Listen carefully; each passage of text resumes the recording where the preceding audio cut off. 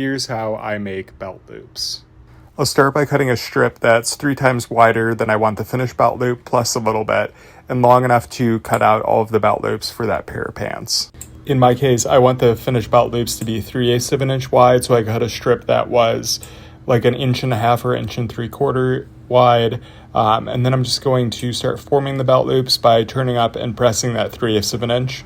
I'm using the selvage edge to finish off the inside of these belt loops, but you could also use a serger on this edge or put an extra little fold in.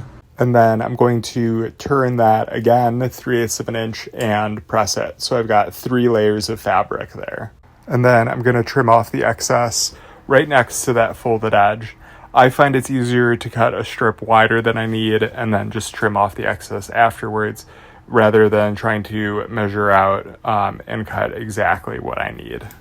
And then I'm going to flip it over and tuck the raw edge underneath the selvage edge. And then I'm going to press it again, and I'm trying to roll that selvage edge all the way to the edge of the piece. And then I can top stitch to finish off the piece. I like to start on the back side and stitch down the selvage edge before I flip it over and put in another line of top stitching.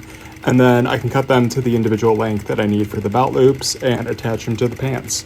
Let me know if you have any questions.